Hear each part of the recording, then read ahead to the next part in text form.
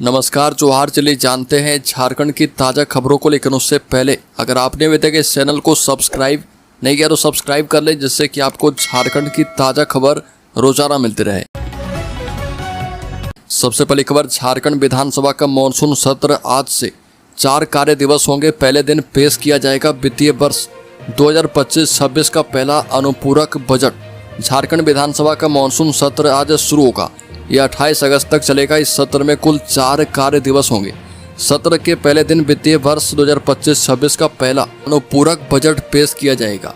बता दें कि शनिवार और रविवार के अवकाश के बाद 25 अगस्त को पहली पाली में प्रश्नकाल और दूसरी पाली में अनुपूरक बजट पर चर्चा होगी।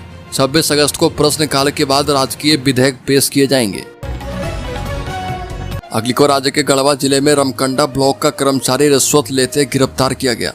गढ़वा जिले में एक राजस्व उप निरीक्षक को रिश्वत लेते हुए गिरफ्तार किया गया है। भ्रष्टाचार निरोधक ब्यूरो की पलामू प्रमंडलीय टीम ने यह कार्रवाई की है।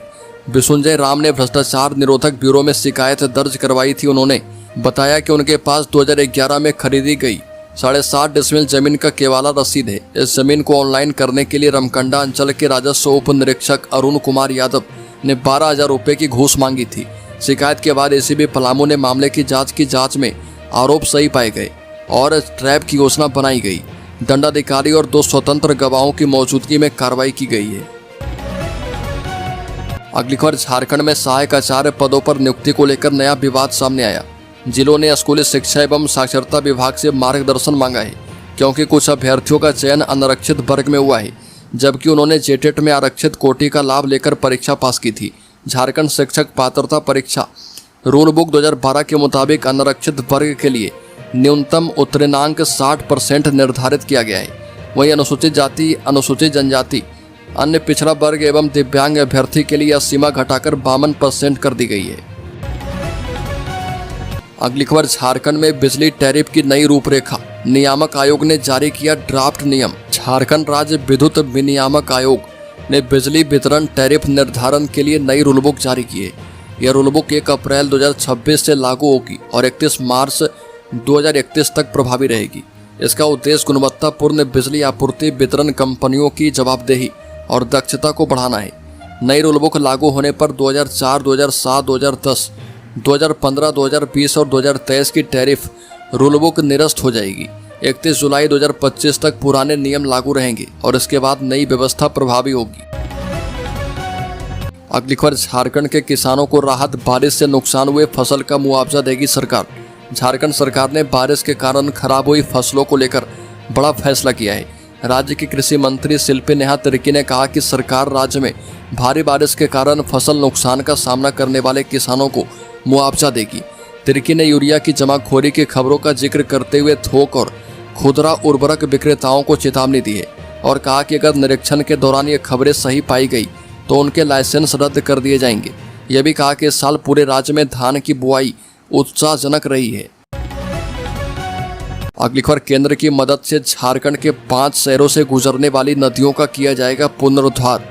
केंद्र सरकार की नई योजना के तहत झारखंड के 5 शहरों से होकर गुजरने वाली नदियों का जल्द ही पुनरुद्धार किया जाएगा और पर्यावरण अनुकूल वातावरण विकसित किया जाएगा। अधिकारियों ने कहा कि झारखंड के आदित्यपुर, चास, धनबाद, रांची और साहिबगंज जैसे शहरों को गंगा, दामोदर, खरकई, हरमू और स्वर्णरेखा नदी के पुनरुद्धार के पहले चरण के लिए चुन लिया गया है। यह परियोजना शहरी नदी प्रबंधन योजना के अंतर्गत क्रियान्वित किया जाएगा। अगली खबर, 7 बड़े प्रोजेक्ट झारखंड की प्रगति को देंगे रफ्तार। बता दें कि रांची बनारस इकोनॉमिक कॉरिडोर, रायपुर धनबाद दिल्ली कोलकाता 6 लेन, रांची पटना देवघर बासुकीनाथ महागामा हंसडीहा और साहिबगंज गंगा ब्रिज शामिल है।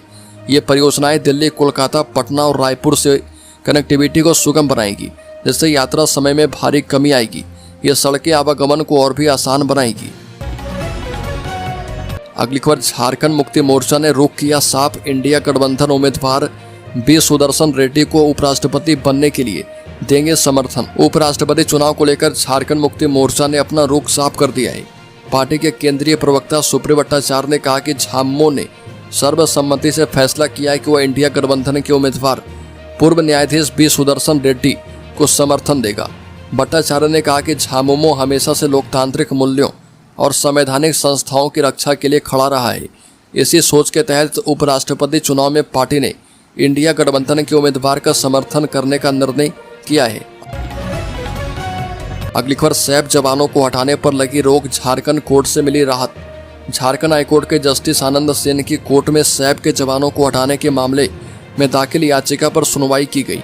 सुनवाई के बाद कोर्ट ने प्रार्थियों को अंतरिम राहत प्रदान करते हुए उनको हटाए जाने पर रोक लगा दी है। कोर्ट ने मामले में सरकार से जवाब मांगा है। अगली सुनवाई 6 सप्ताह के बाद होगी और इस संबंध में शिव कुमार साव सहित अन्य की ओर से हाईकोर्ट में याचिका दाखिल की गई थी। कोर्ट के आदेश से 213 सैप के पदाधिकारियों और जवानों को राहत मिली है। अगली खबर, झारखंड वासियों को पीएम मोदी देंगे बड़ी सौगात, Koderma Vaishali MEMU passenger train का करेंगे उद्घाटन। बिहार के गया जंक्शन से प्रधानमंत्री नरेंद्र मोदी ने ऑनलाइन माध्यम से कोडरमा से वैशाली के बीच चलने वाली मेमू पैसेंजर ट्रेन का शुभारंभ करेंगे। यह ट्रेन न सिर्फ कोडरमा और वैशाली को बल्कि बौद्ध सर्किट के प्रमुख स्थलों जैसे गया, नवादा, नालंदा, राजगीर और बोध गया को भी झारखंड के इस भाग से सीधे जोड़ने का कार्य करेगी। इस नई रेल सेवा से उत्तर छोटा नागपुर और मगध क्षेत्र को एक नई पहचान मिलने जा रही है। अगली खबर, झारखंड डीजीपी नियुक्ति रूलबुक पर सुप्रीम कोर्ट में 27 अक्टूबर को सुनवाई। झारखंड डीजीपी नियुक्ति रूलबुक को चुनौती देने वाली याचिका को सुप्रीम कोर्ट में स्थानांतरित कर दिया गया है। अब इस याचिका की सुनवाई सुप्रीम कोर्ट में की जाएगी। सुप्रीम कोर्ट ने सुनवाई के लिए 27 अक्टूबर की तिथि निर्धारित की है। उल्लेखनीय कि प्रकाश सिंह बनाम केंद्र सरकार के मामले में 18 अगस्त को सुप्रीम कोर्ट के न्यायाधीश BR गवई, न्यायाधीश के विनोद चंद्रन और न्यायाधीश NB अंजरिया की पीठ में सुनवाई की गई। अगली खबर, झारखंड सरकार का बड़ा फैसला, क्लास 1 से 12 तक के पाठ्यक्रम में शामिल की जाएगी शिबू सोरेन की जीवनी। झारखंड सरकार ने देशोम गुरु शिबू सोरेन की जीवनी को राज्य के सरकारी स्कूलों के पाठ्यक्रम में शामिल करने का बड़ा फैसला किया। स्कूली शिक्षा एवं साक्षरता विभाग ने इसका प्रस्ताव भी तैयार किया है। यह प्रस्ताव 31 अगस्त तक अंतिम रूप इसे दिया जाएगा और NCERT की मंजूरी के लिए भेजा जाएगा। अगले शैक्षणिक सत्र से कक्षा 1 से 12 तक के पाठ्यक्रम में उनके जीवन के विभिन्न पहलुओं को जोड़ा जाएगा। अगली खबर, इस इलाके में बनेगा झारखंड का सबसे बड़ा मॉल, शुरू हो गई तैयारी। मुख्यमंत्री हेमंत सोरेन के संतुलित और समग्र नगरीय विकास की परिकल्पना को मूर्त रूप देने की प्रक्रिया शुरू की गई। नगर विकास एवं आवास विभाग के मंत्री सुदेव कुमार ने भी शहरों का समतुल्य विकास पर्यटकीय आधार पर करने का निर्देश दिया है। मुख्यमंत्री की परिकल्पना और विभागीय मंत्री के निर्देश पर नगर विकास विभाग ने कार्रवाई शुरू कर दी है। इसके तहत रिंग रोड के नजदीक दुवलिया में प्रस्तावित अंतर्राज्यीय बस टर्मिनल के साथ राज्य के सबसे बड़े मॉल बनाने की संकल्पना योजना का प्रस्तुतिकरण नगर विकास और आवास विभाग के प्रधान सचिव सुनील कुमार के समक्ष दिया गया है। अगली खबर, झारखंड मुक्ति मोर्चा के केंद्रीय महासचिव सुप्रियो भट्टाचार्य ने 130वें संविधान संशोधन विधेयक का कड़ा विरोध किया है। उन्होंने इसे लोकतंत्र खत्म करने वाला कदम बताते हुए एंड ऑफ डेमोक्रेसी करार दिया। सुप्रियो पार्टी कार्यालय में आयोजित प्रेस वार्ता को संबोधित कर रहे थे। उन्होंने आरोप लगाया कि भाजपा सत्ता में बने रहने के लिए ED, CBI और चुनाव आयोग जैसी एजेंसियों का दुरुपयोग कर रही है। ये भी कहा कि बिहार और अन्य राज्य में चुनावी गड़बड़ियों के बाद अब विपक्षी नेताओं को 30 दिनों तक जेल में रखकर के उनकी राजनीति खत्म करने की योजना बनाई जा रही है। अगली खबर, रांची में भी चलेगी मेट्रो रेल, प्रक्रिया तेज की गई। केंद्र ने मांगी रिपोर्ट। राजधानी वासियों के लिए एक बड़ी खुशखबरी है। महानगरों की तरह ही उन्हें भी मेट्रो रेल की सौगात मिलने वाली है। रांची में मेट्रो रेल चलाने की दिशा में प्रक्रिया आगे बढ़ी है। केंद्र सरकार ने झारखंड सरकार से रांची में मेट्रो रेल का कॉम्प्रिहेंसिव मोबिलिटी प्लान तैयार करके भेजने के लिए कहा। इस प्लान के आधार पर यह तय किया जाएगा कि रांची में मेट्रो रेल की कितनी आवश्यकता है और इसे किस मार्ग पर चलाया जा सकता है। मालूम हो कि राज्य सरकार ने झारखंड के 3 शहर रांची, जमशेदपुर एवं धनबाद में मेट्रो रेल चलाने का प्रस्ताव भारत सरकार को भेज दिया था। अगली खबर, सूर्या हांसदा एनकाउंटर की जांच करेगी CID।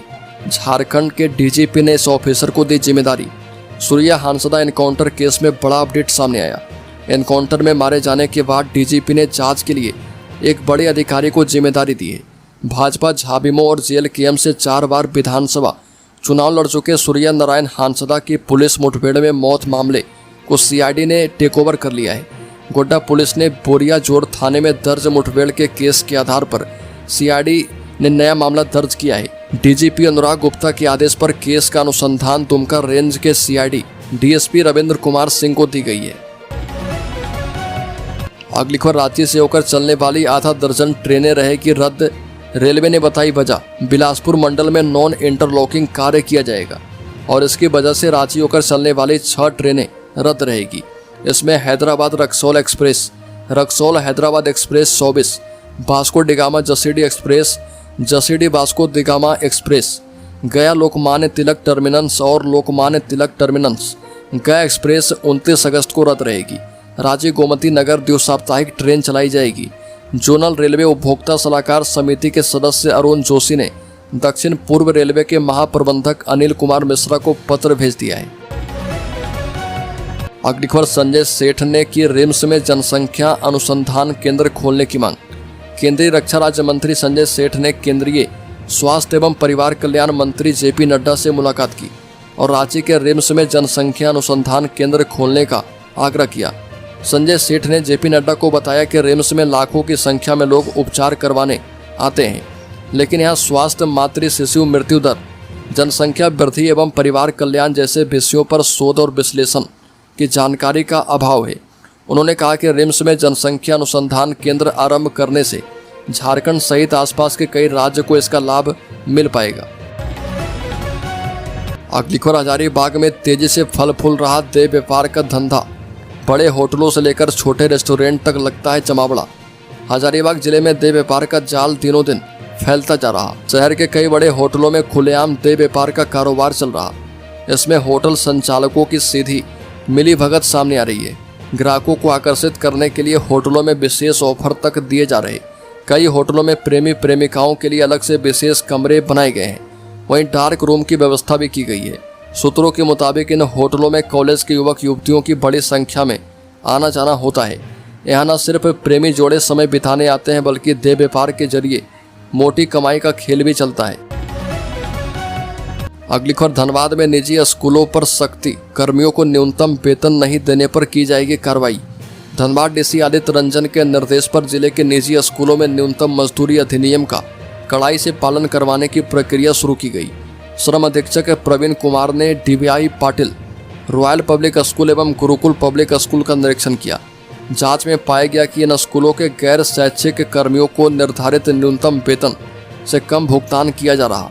श्रम अधीक्षक ने बताया कि इस मामले में न्यूनतम मजदूरी अधिनियम के तहत कार्रवाई की प्रक्रिया आरंभ कर दी गई है।